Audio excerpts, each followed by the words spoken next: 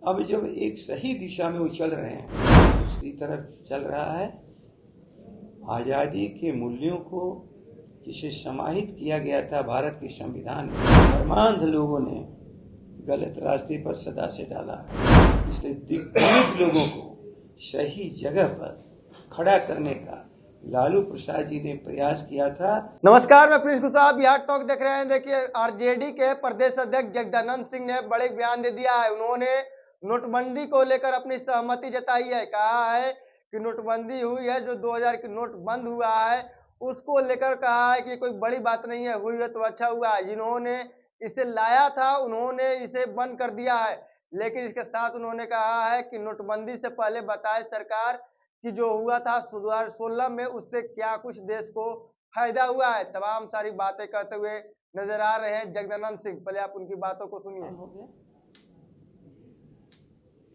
ये कोई विषय है जी? 2000 का नोट जो छापा वो बंद कर दिया। उस बार और इस बार में जरूर एक अंतर मेरा व्यक्तिगत रहा है, उसमें आम आदमियों को लाइन में खड़ा कर दिया गया। इसमें केवल उन्हीं लोगों को कहा गया है जो 2000 रुपये का नोट रखते हैं। मैं नहीं समझ रहा हूँ कि बहुत बड़ा विषय है, ये छोटा विषय है। इस भारत में जब सभी पैसा रखने वाले, चाहे वो 10 रुपया के हों, 5 रुपया के हों, 100 रुपया वाले हों, जितने लोग हों, 500 तक के सभी नोटों को खत्म कर दिया गया। वो नोट आम आदमियों के पास था और उस दुर्दशा का शिकार पूरा भारत हुआ। अर्थव्यवस्था हमारी बिगड़ गई। और ये 2000 के नोट से थोड़े दिनों में जरा अध्ययन करके सभी लोगों को पता चलेगा। हाँ, लेकिन आम आदमी को शायद बैंकों में लाइन लगाने के लिए, बीमार होने के लिए, मर जाने के लिए कोई विवश नहीं कर सकता है। बाकी ये बड़े नोट वाले हैं तो जिनके पास होगा, आराम से उनका बैंकिंग सिस्टम से चलता होगा, अपने काम को कर लेंगे। और 2 महीने का समय भी 2 महीने का मिल रहा है। सरकार ने जो सिद्धांत गढ़ा है, काले धन पर स्ट्राइक तो पहला बार हुआ ही नहीं, क्योंकि यदि काले धन पर स्ट्राइक रहता तो 1000 रुपये की नोट से छोटा नोट बनाया गया जाता, बड़ा नोट बनाया गया। वो भारत की जनता को तंग और तबाह। और ये भी था, मनमोहन सिंह ने कहा था 2% जीडीपी में गिरावट आएगी।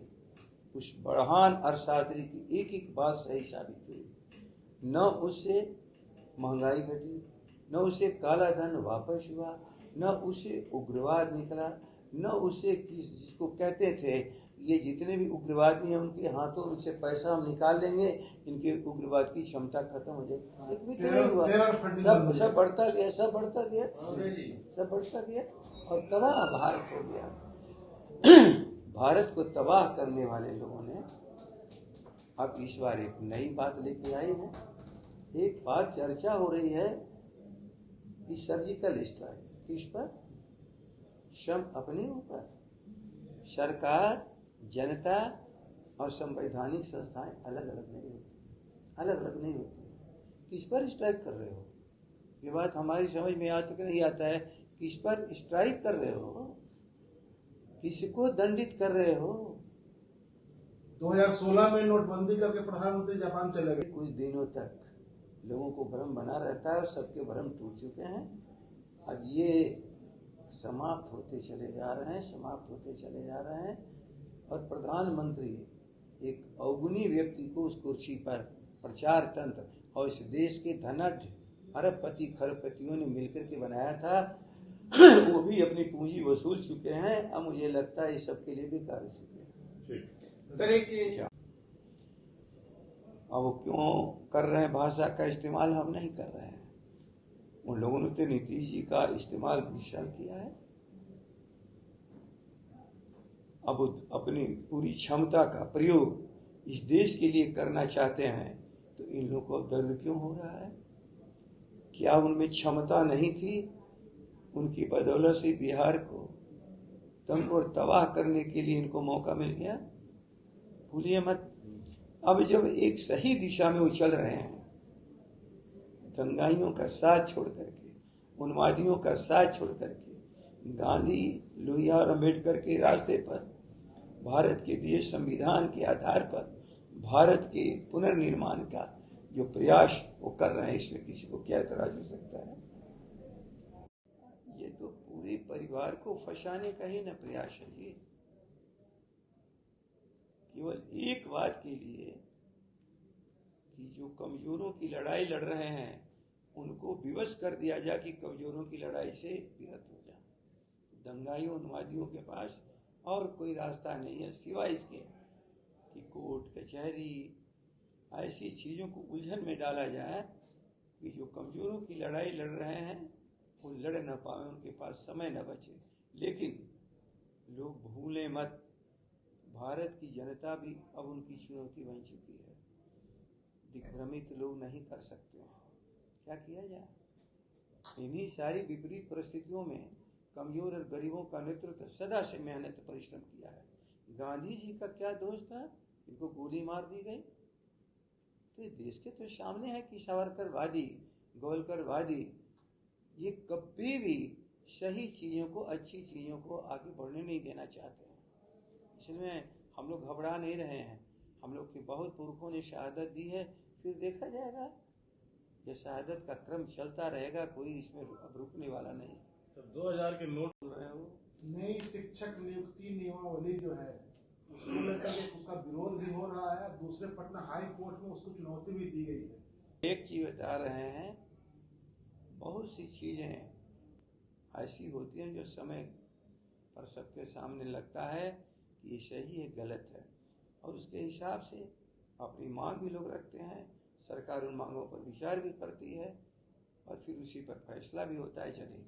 तेजस्वी यादव को इस देश के उन्मादियों को कैसे शांत किया जाए, और हजारों वर्ष नहीं कई शताब्दियों तक जिनका शोषण होता रहा, मानसिक, आर्थिक, सामाजिक, हर तरह से, कैसे उसकी मुक्ति की। एक तरफ चल रहा है कि गुलाम बनाए रखने की साजिश, और दूसरी तरफ चल रहा है आज़ादी के मूल्यों को जिसे समाहित किया गया था भारत के संविधान में, उसकी रक्षा करते हुए हर जन के लिए कल्याणकारी कार्य कैसे किया जाए। उनके भीतर सामाजिक चेतना,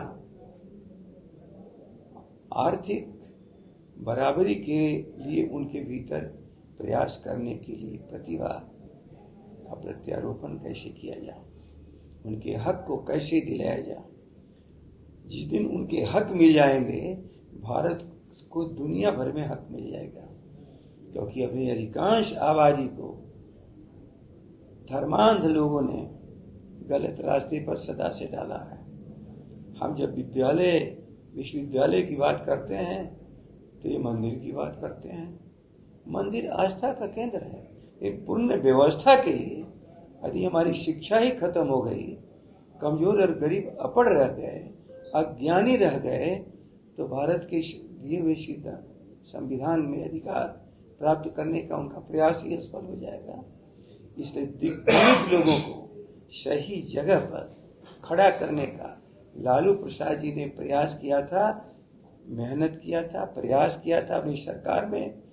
वो महात्मा गांधी, अंबेडकर, डॉक्टर राम मनोहर लोहिया का विचार था, जिसके लिए कर्पूरी ठाकुर ने आजीवन प्रयास किया, जिसके लिए लालू जी सब कुछ आज बर्दाश्त करके भी उस संघर्ष के लिए खड़े हैं। और पूरी राष्ट्रीय जनता दल कैसे इस काम को सफल करे, कल यही उप मुख्यमंत्री जी के साथ दल के साथियों की बैठक।